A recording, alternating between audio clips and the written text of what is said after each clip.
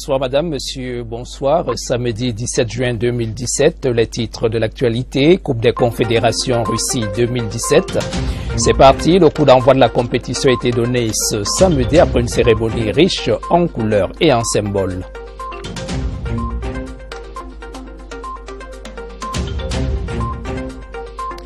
Des arbres en terre pour lutter contre la désertification et la sécheresse. La 23e journée mondiale de lutte s'est célébrée ce samedi. Écho dans ce journal. 37 tonnes de ciment contrefait détruites à Douala. Le ministre du Commerce invite à la dénonciation des produits douteux. Voilà pour les titres. Bienvenue aux 20h30 du sport. En ouverture de ce journal, la Coupe des Confédérations Russie 2017 est lancée. La cérémonie d'ouverture de la 10e édition cet après-midi au stade de Saint-Pétersbourg était un donné à voir de la culture et des traditions de l'histoire de la Russie. Les articulations de la cérémonie, oui. Les Lions indomptables, eux, entament la compétition ce dimanche. Ce sera contre le Chili. C'était le temps des pionniers de la télévision au Cameroun. Le 20 mars 1985, Dieudonné Tinepigui présentait le premier journal télévisé de la Cameroun Television CTV, l'ancêtre de la CRTV. Le professionnel, connu et reconnu comme l'un des meilleurs de sa génération, est décédé ce matin à New York, où il travaillait pour les Nations Unies. Le parcours et l'œuvre du disparu, retracés par Rodrigue Bertrand-Tueno. Ni son faciès, ni son nom ne diront grand-chose aux générations de Camerounais qui naquirent au lendemain des premiers pas de la télévision au Cameroun. A contrario, chez les quarantenaires et au-delà, l'annonce de la disparition de Dieudonné Kinaki Tinepigui avant de devenir Dieudonné Mangimbe Pigui pour des raisons familiales crée une émotion en relation avec la patricition de la télévision au Cameroun. Dieudonné appartenait à un petit groupe qui préparait les premières images de la télévision. Ils étaient là depuis à peu près 1984.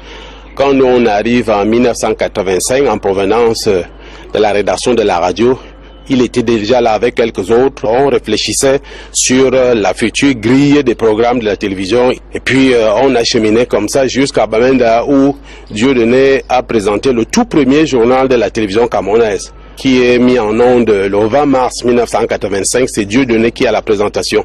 Dieudonné va rapidement faire partie d'une génération de virtuoses de la présentation du journal télévisé comme Eric Tchindjé, Charles Ndongo, Denise Epoté et Alain Bélibi. Il était vraiment dédié à son travail. Moi, je me rappelle l'émission Regarde sur le monde. Il était le présentateur de cette émission et quand il présentait les journaux, vraiment il était bien posé, il était vraiment un journaliste merveilleux. Grâce à l'émission Regard sur le monde qui lui ouvrait les portes des missions diplomatiques, il décroche une entrée dans le monde universitaire nord-américain. Au terme de sa formation, il entame une carrière professionnelle qui le conduira à la Voix de l'Amérique, à la division des opérations de la Banque mondiale et aux Nations Unies, où il est recruté comme presse officer. Je l'ai vu pour la dernière fois en 2007 aux Nations Unies à New York. On était parti à l'occasion d'une visite du chef de l'État à New York. Il était vraiment très accueillant, toujours très ardu à la tâche, malgré les difficultés physiques qu'il avait à cause de sa maladie. C'est là-bas que la grande faucheuse, en faisant ses courses quotidiennes, a jeté sur lui son dévolu. Va, Dieudonné. La journée mondiale de lutte contre la désertification s'est célébrée ce samedi pour cette 23e édition. Dans le nord-ouest, le plan de bataille a été dévoilé. 500 plants d'arbres ont été mis en terre à l'occasion de cette journée. L'initiative de la délégation régionale de l'environnement vise la protection de l'écosystème pour garantir la disponibilité en eau. Sadou Mamoudou, CRTV Nord-Ouest. L'indisponibilité de l'eau potable depuis bientôt 7 mois dans la ville de Bamenda s'ajoute à la lutte contre la désertification. La protection, la conservation de la biodiversité à ce niveau pour donner plus d'eau.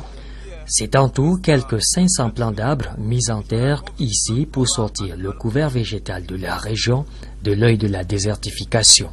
La région du Nord-Ouest fait partie des 5 zones agroécologiques du pays qui est exposée à la désertification, à la dégradation des sols.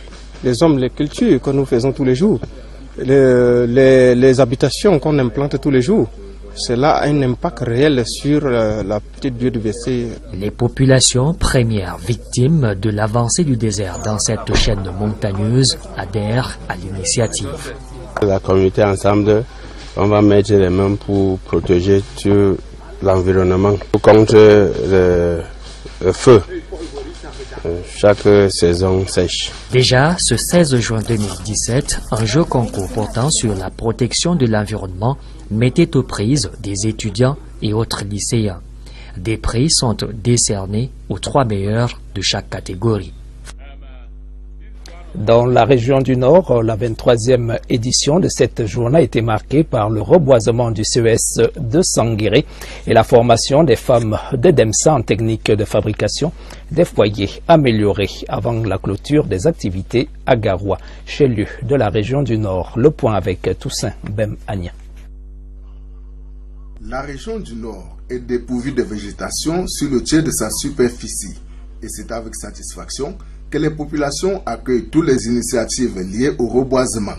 Pour cette 23e édition de la Journée mondiale de lutte contre la désertification, des centaines d'arbres ont ainsi été plantés au campus du tout nouveau CS de Sanguéringal dans l'arrondissement de Garoua 3e. Il revient aux élèves de cet établissement d'entretenir ces arbres qui vont leur procurer de l'ombrage dans quelques années. Nous avons planté un certain nombre d'arbres aujourd'hui, à peu près 250 arbres, dans le campus du CES de Sanguéringal, pour essayer de promouvoir dans le milieu étudiantin cette culture de replanter les arbres et favoriser l'ombrage et les autres vertus que peuvent apporter les arbres dans le milieu scolaire. La lutte contre la désertification dans la région du Nord passera aussi par la diminution de l'utilisation du bois dans les ménages et la promotion des foyers améliorés, d'où cette session de formation des femmes de l'arrondissement de Demsa à la fabrication de ces foyers. Ces foyers améliorés pourront réduire la quantité du bois que les gens utilisent et ça pourra limiter la désertification et la déforestation. La célébration de cette 23e journée mondiale de lutte contre la désertification s'est achevée par la remise des foyers modernes témoins à des dizaines de femmes et aussi la distribution des prix aux gagnants des jeux concours organisés à cette occasion. Toutes choses qui ont cadré avec le thème de cette édition, à savoir notre terre, notre maison, notre futur. Nous vous le disions en titre, la lutte contre la contrefaçon ne faiblit pas à Douala. 743 sacs de ciment viennent d'être saisis et détruits. Les contrefacteurs s'étaient installés dans un immeuble où ils reconditionnaient la marchandise douteuse. Le ministre du Commerce, présent sur les lieux, a salué la collaboration entre la gendarmerie et les populations. Luc Magloire Mbarga à Tangana a également lancé un appel à la dénonciation de tous les produits douteux. Le reportage de Bertrand Mbala, CRTV Littoral. Voici l'endroit où mérite d'être ce matériau de construction. Il ressemble à du ciment, mais ne l'est pas. C'est un mélange de ciment avarié et de sable fin, reconditionné dans des emballages des marques bien connues, Dangote, Kifero, Miraco, Alpha et autres. L'auteur présumé de cette activité illicite et dangereuse est Désiré Mpessin, pseudo-homme d'affaires qui a pris un immeuble inachevé en location, prétextant y stocker du matériel électronique. Il y a un ancien gendarme qui vit dans l'immeuble. Il m'a donc informé que ces gens sont venus, ils travaillent que dans la nuit. Il fait trop de bruit tout le temps, on travaille dans la nuit. Il me dit, apparemment, il fait dans le ciment périmé, donc il vient, il casse le ciment. Je lui donne l'instruction, va tout de suite dénoncer ces personnes à la gendarmerie. Le service de renseignement et de sécurité de l'état-major de la 2e région de gendarmerie exploite ce renseignement. Une perquisition permet de saisir 743 sacs, soit 37 tonnes de faux ciment. Le locataire et cerveau de la salle besogne prend la fuite après plusieurs mois hors du pays. Croyant l'affaire classée, il revient à Douala où les éléments du colonel Lou Bazal l'interpellent. Les services du ministère du Commerce sont informés et agissent. Les gens construisent des maisons, construisent des immeubles avec ce type de produits. Le résultat, nous le connaissons. Des immeubles qui s'écroulent. Les gens ne doivent pas hésiter autour d'eux à observer, à saisir les autorités administratives, les forces de maintien de l'ordre, des services du ministère du Commerce, chaque fois qu'ils constatent une activité qui a des relents de délit. L'enquête se poursuit pour mettre la main sur les complices et sur tous les autres contrefacteurs de la même espèce. Le laboratoire national de génie civil et le parc national de matériel de génie civil ont de nouveaux directeurs généraux depuis le 14 juin dernier. Ces deux entreprises ont pour vocation d'accompagner le ministère des Travaux publics, les entreprises et même les particuliers dans les activités de génie civil. Ce nouveau souffle va à coup sûr donner une impulsion à ces entreprises dans un contexte de réalisation des grandes infrastructures. Marie-Laurence Nke. Le Cameroun est engagé dans un important programme infrastructurel. Des projets relatifs au plan d'urgence triennal, la Coupe d'Afrique des Nations 2019, et c'est ainsi que de nombreux chantiers sont lancés ci et là pour accélérer la croissance. La construction des infrastructures, oui, mais cela suppose également la qualité. Seulement, les prestataires sont confrontés à de nombreux problèmes qui freinent quelquefois les travaux. Nos problèmes vis-à-vis de ces structures actuellement concerne plus particulièrement les questions de disponibilité du matériel de génie civil. Quand bien même nous avons pu obtenir des équipements du MatGénie, le problème que nous rencontrons, ça porte sur les conditions de paiement, parce que l'entreprise fait face actuellement au Cameroun à des délais de paiement qui sont excessivement longs. Les problèmes en matière de géotechnique se posent également avec acuité dans ces chantiers. Actuellement, notre secteur connaît un problème de manque de matériaux naturels de chaussées. Nous pensons qu'il serait peut-être indiqué que le labo génie intervienne au niveau même des études. Le renouvellement des compétences à la tête du labo-génie et du MatGénie suscite à ces acteurs de terrain de nombreuses attentes. Nous souhaiterions tout simplement que le MatGénie daigne s'adapter aux conditions de paiement auxquelles les entreprises sont actuellement soumises, afin qu'ils soient pris en compte dans les contrats de location des équipements, des délais de paiement. Nous attendons du labo-génie que des études soient faites afin d'adopter des nouveaux matériaux de chaussée. L'on comprend bien que la qualité des prestations de ces deux entreprises est très attendue. Parlons coopération. L'organisation non gouvernementale Population Services International a signé ce jeudi un arrangement d'établissement, c'est ainsi qu'on l'appelle, avec le gouvernement camerounais. Spécialisé dans la santé de reproduction, cet accord offre à cette ONG des facilités fiscales et douanières. Le récit d'Alain Patrick Fouda. Un arrangement d'établissement et des promesses pour la politique de santé du Cameroun. La signature de cette convention donne mandat à l'ONG Population Services International de mobiliser des partenaires et des ressources au profit de la mère et de l'enfant. Une initiative qui vise à faciliter l'accès aux soins pour toutes les couches de la population camerounaise.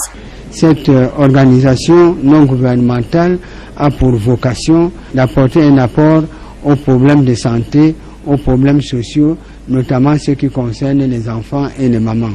Le fait qu'elle ait demandé qu'on ait cette signature permet à cette organisation de mieux se déployer officiellement au niveau de notre pays.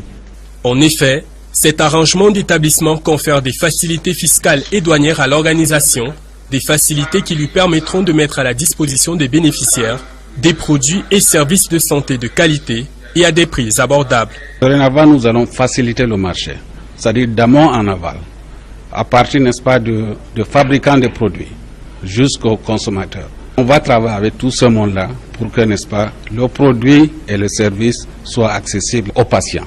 Cette convention matérialise l'engagement du gouvernement, coopération multilatérale aux ONG, désireuses de contribuer au développement socio-économique du Cameroun. Bouchons, trafic routier interrompu, naissance des rigoles artificielles et boueuses. Ce sont là quelques préjudices que causent depuis peu les tranchées ouvertes sur la voie publique à Yaoundé. Les populations ne savent plus où donner de la tête. Le phénomène qui persiste est le résultat des irrégularités observées dans le compte administratif entre un maître d'œuvre et ses partenaires. Reportage Gisèle Onguéné. Métropole en constante mutation, Yaoundé vue du ciel s'étale comme un patient dans un bloc opératoire. La capitale est bariolée de tranchées béantes aux mains cicatrisées de part et d'autre de la voie publique. Dans le centre administratif, comme en zone résidentielle, ces trottoirs, chaussées, emprises ou accotements des composants de la route sont perforés pour pose de fibres optiques, de buses ou de canaux de transport d'eau, causant des préjudices au-delà de la durée prévue du chantier. À chaque fois quand ils font ça, les tuyaux se cassent et du coup quand le tuyau est cassé, vous n'avez plus l'eau à l'intérieur et vous pouvez imaginer les bureaux avec les toilettes sans eau. Quand ils creusent là, les zones où la haute tension passe, on est obligé de couper l'électricité dans tout le secteur. Donc il faut dire que ça ne nous facilite pas la tâche. Et à un certain moment, l'activité est presque à l'arrêt. Les clients ne peuvent pas garer, les clients ne viennent même plus. Ils vont passer comment? Ces opérations qui visent à viabiliser une cité obéissent pourtant à une réglementation. Et au Cameroun, c'est le code d'urbanisme qui régit ce type d'activité. Et son application est encadrée par le ministère du Développement urbain et de l'Habitat, puis le ministère des Travaux publics, en étroite collaboration avec les mairies ou la communauté urbaine. Il faut prévoir, il faut informer et prévoir aussi des voies de contournement pendant la durée des travaux. C'est au niveau de la réalisation de ces travaux-là qu'il y a des conditions qu'il faut poser et que l'on doit respecter. Quand on creuse, il faut faire passer les équipements, les réseaux, et ensuite, lorsque c'est fini, on vérifie et on rebouche. Et lorsqu'on rebouche, on remet en état.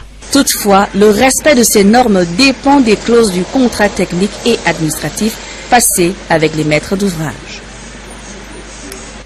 Le sanctuaire Notre-Dame du Mont-Fébé, sis à côté du monastère des Bénédictins, fait peau neuve, consacré le 8 décembre 1961 par Monseigneur Etouga, à l'époque évêque de Mbalmayo et affilié à la grotte miraculeuse de Lourdes. Le 8 décembre 1966, ce haut lieu de dévotion à la Vierge Marie a connu des moments d'hibernation. Aujourd'hui, avec la mise sur pied d'un comité de réhabilitation, Monseigneur Jean Barga parle d'une résurrection du sanctuaire. Pierre Binambarga. Voici le sanctuaire Notre-Dame de Fébé à Yaoundé, une grotte affiliée à la grotte miraculeuse de Lourdes. Les fidèles qui viennent prier ici reçoivent les mêmes grâces que celles de Lourdes. Bâtie en contrebas du monastère des Bénédictins sur un énorme rocher, la grotte creusée dans la pierre domine un espace de recueillement où nombre de croyants viennent prier la Sainte Vierge. Le sanctuaire Notre-Dame de Fébé a connu des moments de gloire, mais aussi la traversée du désert. Aujourd'hui, le cadre de dévotion retrouve ses moments fastes. Le sanctuaire marial du Mont-Fébé a 50 ans. Il a connu ses heures de gloire et il a aussi connu quelques passages difficiles. La dévotion mariale est de nouveau dans son apogée comme ce fut au départ. Monseigneur Jean Barga, qui préside l'Eucharistie de la résurrection du sanctuaire, prie pour l'âme de Monseigneur Paul Etouga, qui consacre cette grotte le 8 décembre 1961, et celle de André Fouda, le premier délégué du gouvernement auprès de la communauté urbaine de Yaoundé. Avec cette résurrection du sanctuaire marial de Fébé, c'est une nouvelle dévotion qui est recommandée aux fidèles. C'est le Mont Fébé, un haut lieu, un lieu silencieux qui appelle à la prière et qui incite tous les dévotions, tous les dévots de Marie à faire un pèlerinage. Monseigneur Jean Barga félicite le comité de réhabilitation du sanctuaire qui aménage le site. Le comité est dirigé par le sénateur Baden Dangandinga. Au cours de cette Eucharistie, Monseigneur Jean Barga administre le sacrement de confirmation à de nombreux fidèles. L'archevêque dit merci aux moines bénédictins qui ont su garder la grotte avec en appui les mamans du monastère. Les fidèles et les éleveurs de porc du diocèse d'Obala, l'école de la transformation de la viande porcine. C'est l'objectif d'un atelier de 5 jours qui s'est achevé hier à Obala. C'était à l'initiative de la Caritas qu'assistait l'Institut de recherche agronomique pour le développement. Les éleveurs pourront ainsi produire de la charcuterie et autres produits finis pour de meilleurs profits. Les détails avec Nadia Laurentine Amana. C'est dans la prière que débute la cérémonie de clôture de l'atelier de transformation de la viande porcine, ici à l'évêché d'Obala. Nous avions eu 4 ateliers, l'abattage, le découpage, l'emballage et le stockage, la production maintenant des saucissons à l'ail, des saucissons à sang, des boudins, du pâté de campagne, des côtes fumées. En plus de ça, nous avons fait ce qu'on appelle les brochettes. Les 40 participants ont reçu leur attestation de fin de formation. Pour la plupart, ils ont déjà en idée la manière dont ils mettront à profit les connaissances acquises. On vend une partie en morceaux, l'autre on fait le pâté de campagne, on fait les saucissons. Nous allons commencer par la transformation du porc en pâté, le reste va venir après. Transformer du porc en charcuterie et autres produits de consommation directe en vue de leur commercialisation est une initiative qui vise à améliorer les conditions de vie des éleveurs. Cet atelier permet à ces producteurs d'avoir un peu plus de valeur ajoutée à leurs produits et qu'ils aient un peu plus d'argent. Tous ceux que vous avez vus sont ou bien des catéchistes ou les jeunes que nous formons ou les responsables de nos associations qui sont déjà engagés dans l'église.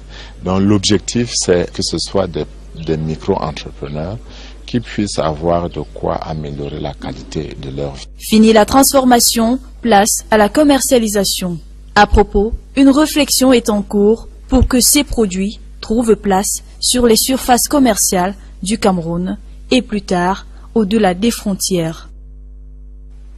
Julien Aymar Plon prend le commandement dans l'arrondissement de Fumbot. Le préfet du département du Noun qui présidait la cérémonie de passation de commandement entre les sous-préfets entrants et sortants lui a demandé d'être à l'écoute permanente de ses administrés. Maïmouna Mohamedou Nadia pour le compte rendu. Sous-préfet Plon Julien Aymar. L'arrondissement dont hérite Julien Plon Aymar est une unité administrative riche de sa diversité. Véritable bassin agricole, Fumbot doit sa réputation au travail acharné des 77 000 âmes qui peuplent ses 579 km². Cette richesse implique également des responsabilités diverses pour le chef de cette unité administrative. Il se devra par ailleurs d'assurer la cohésion sociale entre les fils et filles de Fumbot et les autres Camerounais qui y vivent. Des défis qui interpellent le nouveau sous-préfet de Fumbot. L'arrondissement de Fumbot, c'est un arrondissement comme tous les autres. Mais chaque arrondissement a ses réalités et nous allons travailler pour améliorer davantage, n'est-ce pas, les conditions de vie des populations et pour impulser le développement. Pour mener à bien sa mission à la tête de l'arrondissement, le préfet du Noun a recommandé au nouveau sous-préfet de rester à l'écoute de ses administrés.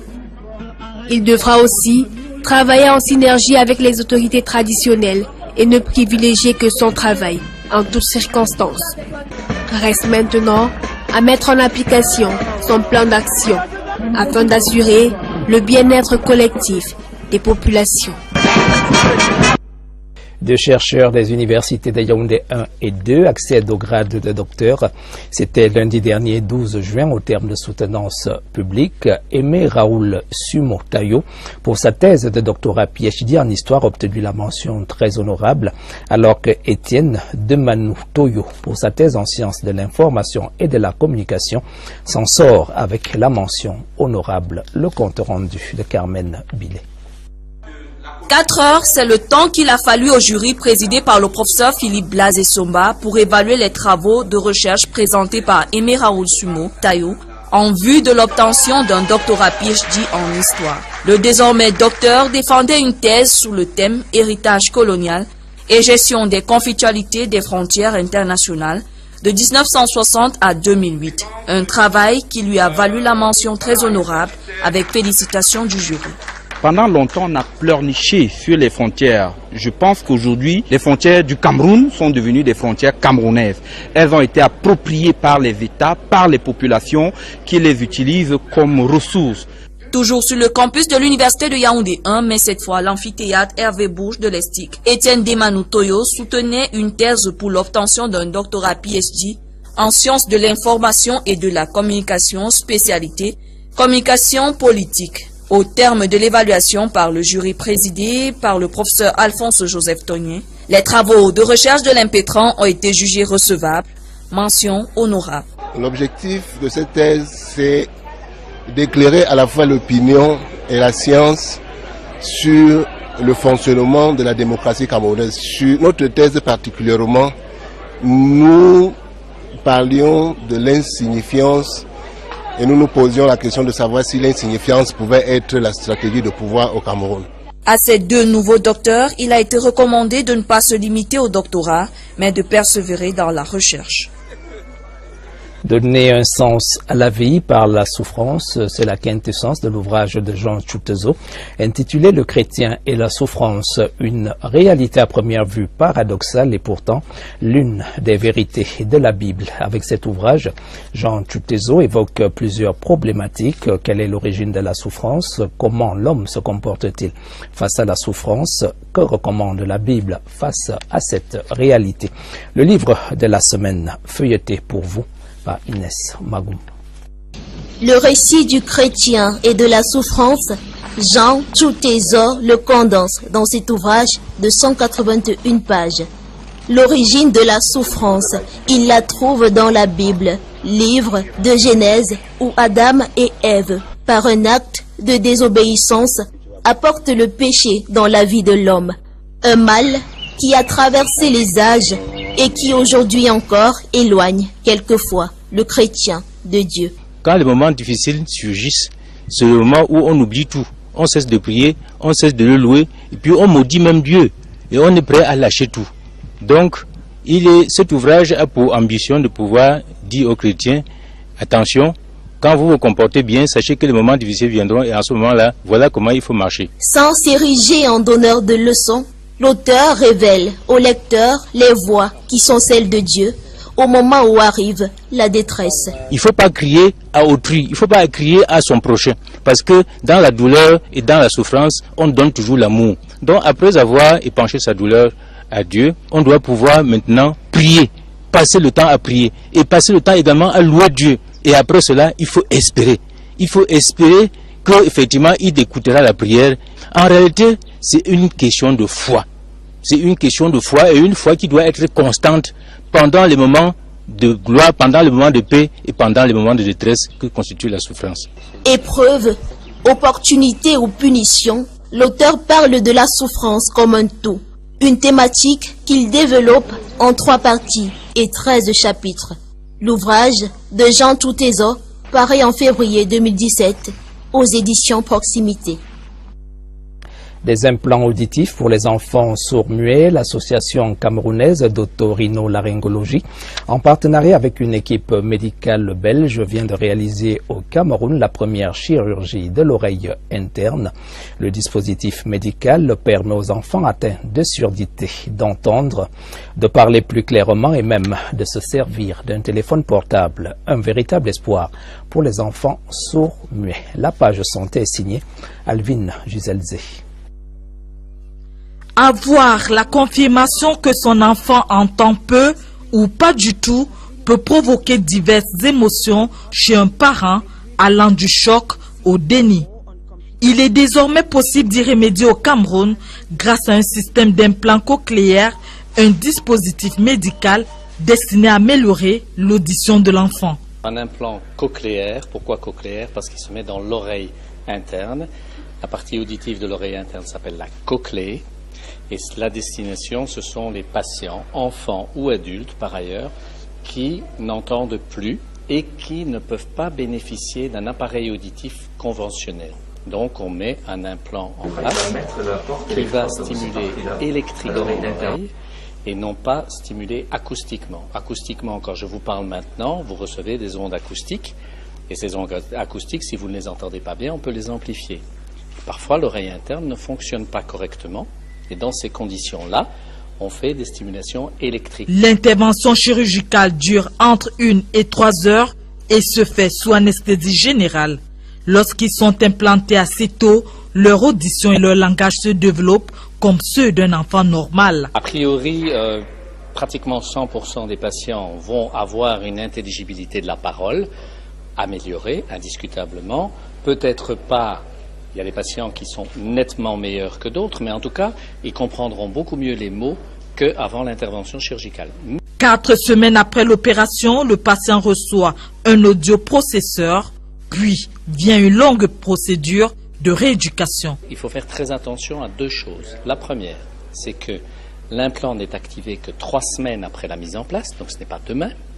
Et deuxièmement, la perception du langage et la compréhension des mots va se faire progressivement en plusieurs mois, voire plusieurs années. Donc il y a un accompagnement nécessaire pour apprendre à comprendre les mots et ça ne va pas se faire en 2 jours. C'est minimum 6 mois. Le Cameroun vient de réaliser les premières opérations d'implantation cochléaire, de quoi susciter l'espoir chez les enfants et les parents d'enfants sourds-muets. Coupe des Confédérations Russie 2017, c'est parti. Le coup d'envoi de la compétition a été donné ce samedi après une cérémonie riche en couleurs et en symboles. Les Lions indomptables, vous le savez, entrent en lice demain à partir de 19h. Ce sera contre le Chili, un match qui sera retransmis sur la CRTV. Des arbres en terre pour lutter contre la désertification et la sécheresse. La 23e journée mondiale de lutte s'est célébrée ce jour. Les échos, vous les avez eus dans ce journal. Enfin, 37 tonnes de ciment contrefait détruites à Douala. Le ministre du Commerce invite à la dénonciation des produits douteux. De votre attention, mesdames, messieurs, merci. Prenons rendez-vous demain à 21h30 pour un journal télévisé bilingue juste après la rencontre Cameroun-Chili. Bonne soirée sur la CRTV.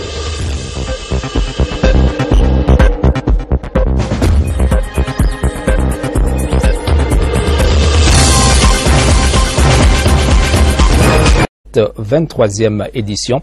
Dans le nord-ouest, le plan de bataille a été dévoilé. 500 plants d'arbres ont été mis en terre à l'occasion de cette journée. L'initiative de la délégation régionale de l'environnement vise la protection de l'écosystème pour garantir la disponibilité en eau. Sadou Mamoudou, CRTV Nord-Ouest. L'indisponibilité de l'eau potable depuis bientôt 7 mois dans la ville de Bamenda s'ajoute à la lutte contre la désertification. La protection, la conservation de la biodiversité à ce niveau pour donner plus d'eau. C'est en tout quelques 500 plants d'arbres mis en terre ici pour sortir le couvert végétal de la région de l'œil de la désertification. La région du nord-ouest fait partie des 5 zones agroécologiques du pays qui est exposée à la désertification, à la dégradation des sols. Les hommes, les cultures que nous faisons tous les jours, les habitations qu'on implante tous les jours, cela a un impact réel sur la petite biodiversité. Les populations, premières victimes de l'avancée du désert dans cette chaîne montagneuse, adhèrent à l'initiative. La communauté ensemble, on va mettre les mains pour protéger tout l'environnement contre le feu. Chaque saison sèche. Déjà, ce 16 juin 2017, un jeu concours portant sur la protection de l'environnement mettait aux prises des étudiants et autres lycéens. Des prix sont décernés aux 3 meilleurs de chaque catégorie. Dans la région du Nord, la 23e édition de cette journée a été marquée par le reboisement du CES de Sanguéré et la formation des femmes de Demsa en technique de fabrication des foyers améliorés avant la clôture des activités à Garoua, chef-lieu de la région du Nord. Le point avec Toussaint Bem-Agna. La région du Nord est dépourvue de végétation sur le tiers de sa superficie et c'est avec satisfaction que les populations accueillent toutes les initiatives liées au reboisement. Pour cette 23e édition de la Journée mondiale de lutte contre la désertification, des centaines d'arbres ont ainsi été plantés au campus du tout nouveau CS de Sanguéringal dans l'arrondissement de Garoua 3e.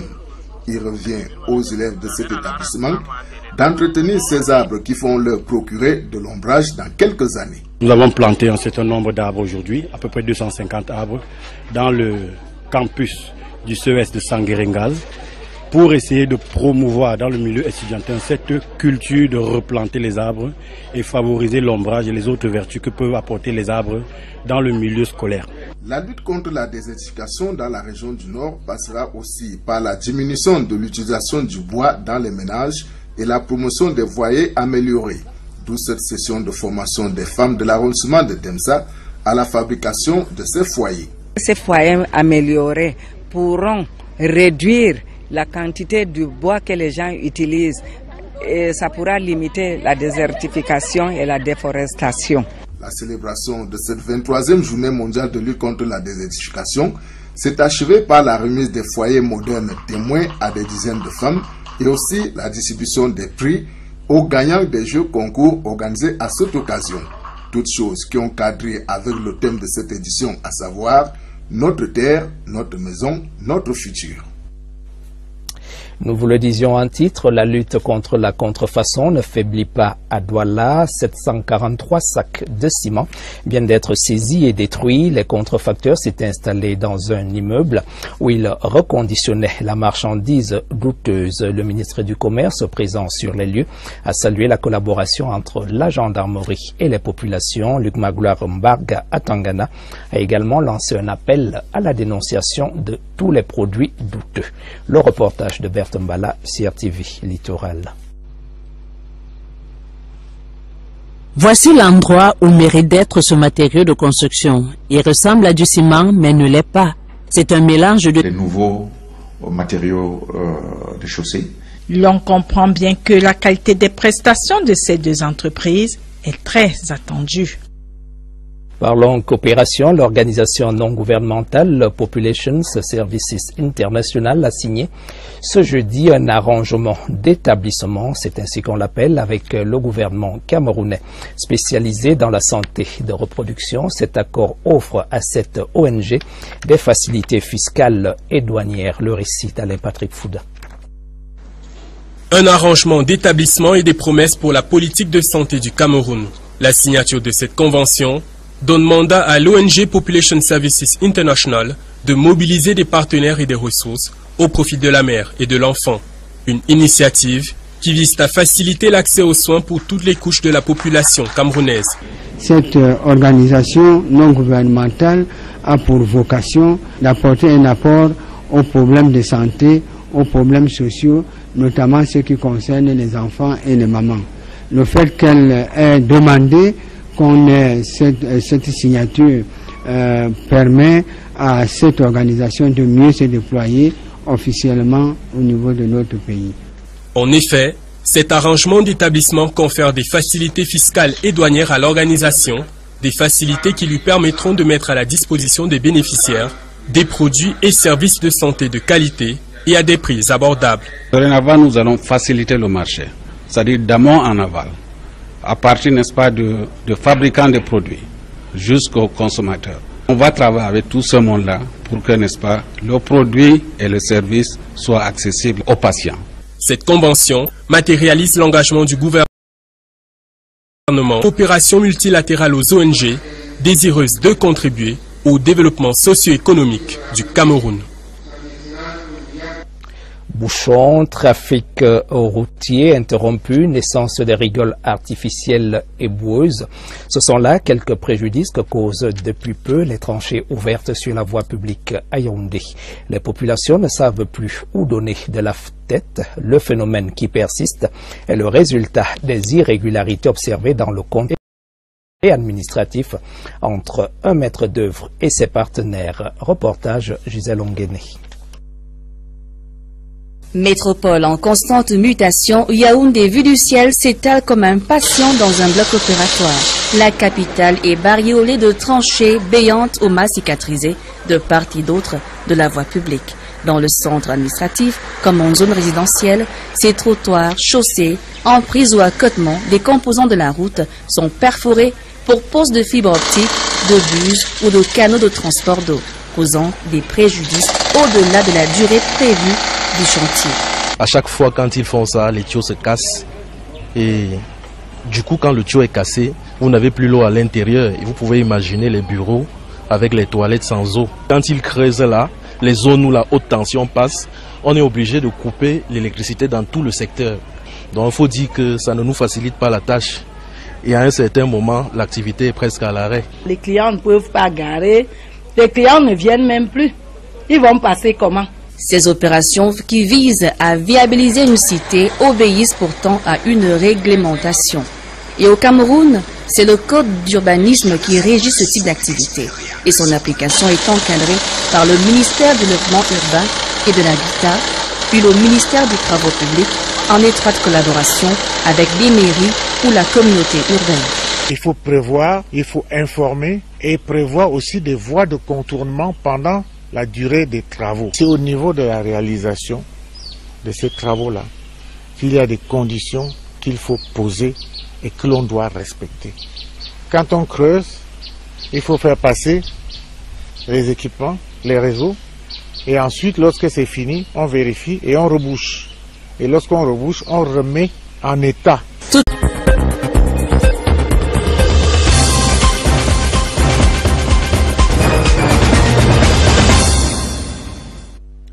Bonsoir madame, monsieur, bonsoir. Samedi 17 juin 2017, les titres de l'actualité, Coupe des Confédérations Russie 2017. C'est parti, le coup d'envoi de la compétition a été donné ce samedi après une cérémonie riche en couleurs et en symboles.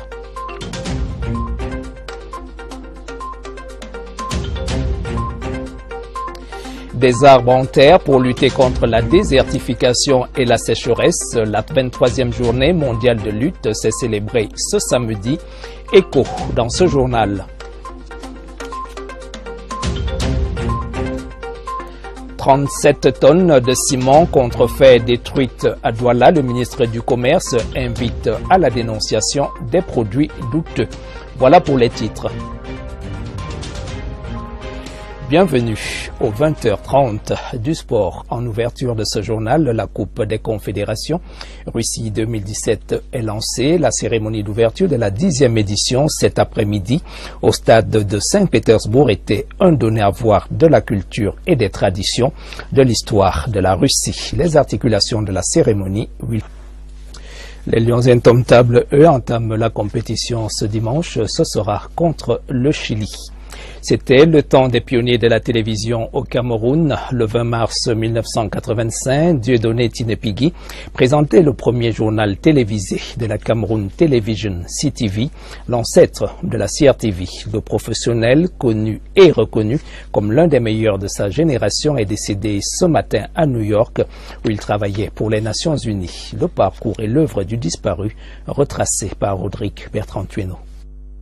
Ni son faciès, ni son nom ne diront grand-chose aux générations de Camerounais qui naquirent au lendemain des premiers pas de la télévision au Cameroun. A contrario, chez les quarantenaires et au-delà, l'annonce de la disparition de Dieudonné Kinaki Tinepigui avant de devenir Dieudonné Mangimbe Pigui pour des raisons familiales crée une émotion en relation avec la patriciation de la télévision au Cameroun. Dieudonné appartenait à un petit groupe qui préparait les premières images de la télévision. Ils étaient là depuis à peu près 1984. Quand on arrive en 1985 en provenance de la rédaction de la radio, il était déjà là avec quelques autres. On réfléchissait sur la future grille des programmes de la télévision. Et puis on a cheminé comme ça jusqu'à Bamenda où Dieudonné a présenté le tout premier journal de la télévision camerounaise, qui est mis en onde le 20 mars 1985. C'est Dieudonné qui a la présentation. Dieudonné va rapidement faire partie d'une génération de virtuoses de la présentation du journal télévisé comme Eric Tchindje, Charles Ndongo, Denise Epoté et Alain Bélibi. Il était vraiment dédié à son travail. Moi, je me rappelle l'émission Regarde sur le monde. Il était le présentateur de cette émission et quand il présentait les journaux, vraiment, il était bien posé, il était vraiment un journaliste merveilleux. Grâce à l'émission Regard sur le monde, qui lui ouvrait les portes des missions diplomatiques, il décroche une entrée dans le monde universitaire nord-américain. Au terme de sa formation, il entame une carrière professionnelle qui le conduira à la Voix de l'Amérique, à la division des opérations de la Banque mondiale et aux Nations Unies, où il est recruté comme press officer. Je l'ai vu pour la dernière fois en 2007 aux Nations Unies à New York. On était parti à l'occasion d'une visite du chef de l'État à New York. Il était vraiment très accueillant, toujours très ardu à la tâche, malgré les difficultés physiques qu'il avait à cause de sa maladie. C'est là-bas que la grande faucheuse, en faisant ses courses quotidiennes, a jeté sur lui son dévolu. Va, Dieudonné. La journée mondiale de lutte contre la désertification s'est célébrée ce samedi pour cette... Le ciment avarié et de sable fin reconditionné dans des emballages des marques bien connues, Dangote, Kifero, Miraco, Alpha et autres. L'auteur présumé de cette activité illicite et dangereuse est Désiré Mpessin, pseudo-homme d'affaires qui a pris un immeuble inachevé en location prétextant y stocker du matériel électronique. Il y a un ancien gendarme qui vit dans l'immeuble. Il m'a donc informé que ces gens sont venus, ils travaillent que dans la nuit.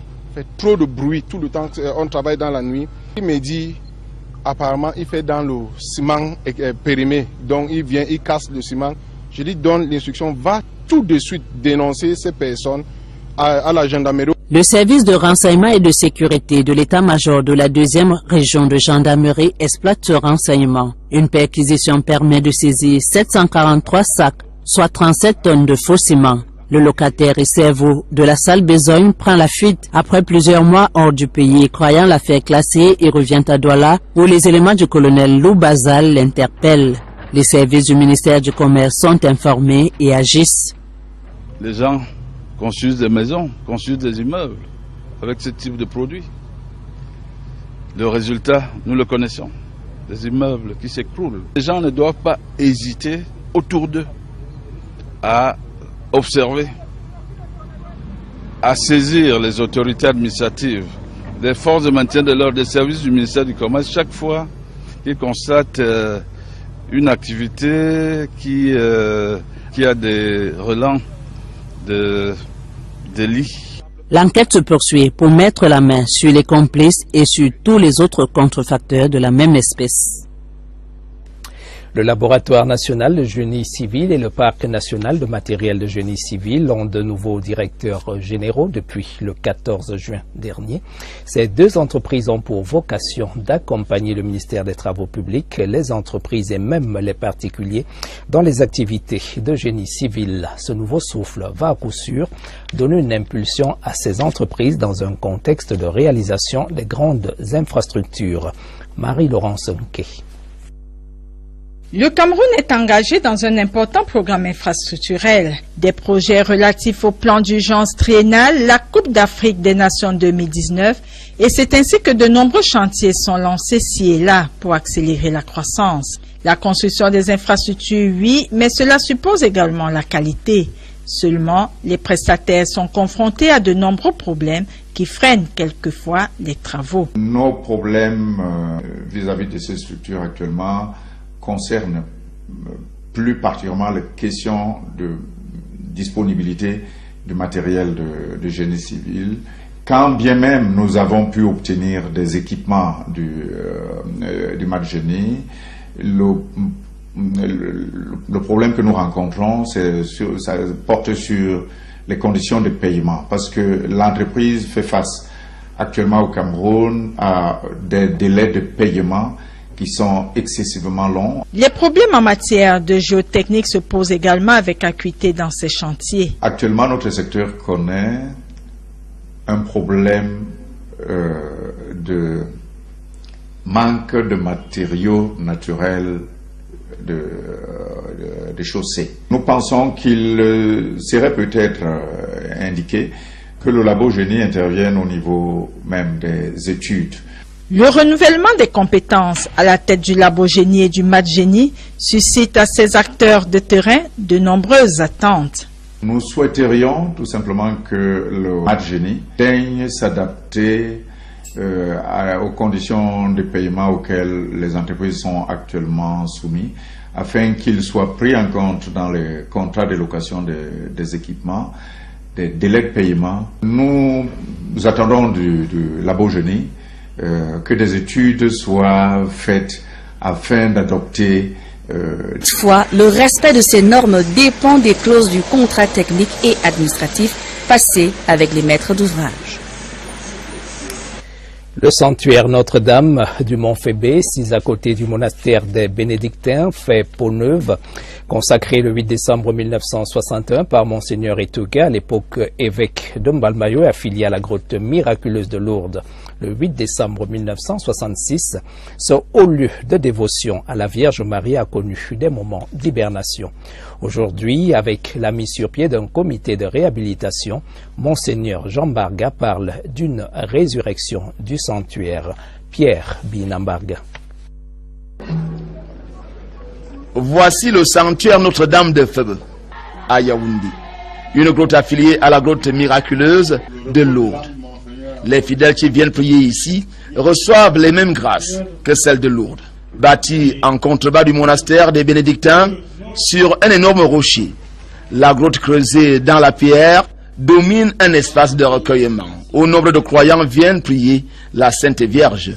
Le sanctuaire Notre-Dame de Febe a connu des moments de gloire, mais aussi la traversée du désert. Aujourd'hui, le cadre de dévotion retrouve ses moments fastes. Le sanctuaire marial du Mont-Febe a 50 ans. Il a connu ses heures de gloire et il a aussi connu quelques passages difficiles. La dévotion mariale est de nouveau dans son apogée comme ce fut au départ. Monseigneur Jean Barga, qui préside l'Eucharistie de la résurrection du sanctuaire, prie pour l'âme de Monseigneur Paul Etouga, qui consacre cette grotte le 8 décembre 1961, et celle de André Fouda, le premier délégué du gouvernement auprès de la communauté urbaine de Yaoundé. Avec cette résurrection du sanctuaire marial de Febe, c'est une nouvelle dévotion qui est recommandée aux fidèles. C'est le Mont Febe, un haut lieu, un lieu silencieux qui appelle à la prière et qui incite tous les dévotions, tous les dévots de Marie à faire un pèlerinage. Monseigneur Jean Barga félicite le comité de réhabilitation du sanctuaire qui aménage le site. Le comité est dirigé par le sénateur Baden Dangandinga. Au cours de cette Eucharistie, Monseigneur Jean Barga administre le sacrement de confirmation à de nombreux fidèles. L'archevêque dit merci aux moines bénédictins qui ont su garder la grotte avec en appui les mamans du monastère. Les fidèles et les éleveurs de porc du diocèse d'Obala, l'école de la transformation de la viande porcine. C'est l'objectif d'un atelier de 5 jours qui s'est achevé hier à Obala. C'était à l'initiative de la Caritas qu'assistait l'Institut de recherche agronomique pour le développement. Les éleveurs pourront ainsi produire de la charcuterie et autres produits finis pour de meilleurs profits. Les détails avec Nadia Laurentine Amana. C'est dans la prière que débute la cérémonie de clôture de l'atelier de transformation de la viande porcine, ici à l'évêché d'Obala. Nous avions eu 4 ateliers, l'abattage, le découpage, l'emballage et le stockage, la production maintenant des saucissons à l'ail, des saucissons à sang, des boudins, du pâté de campagne, des côtes fumées. En plus de ça, nous avons fait ce qu'on appelle les brochettes. Les 40 participants ont reçu leur attestation de fin de formation.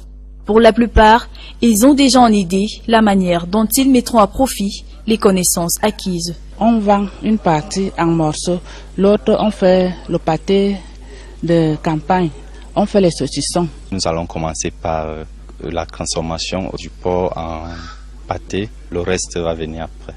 Transformer du porc en charcuterie et autres produits de consommation directe en vue de leur commercialisation est une initiative qui vise à améliorer les conditions de vie des éleveurs.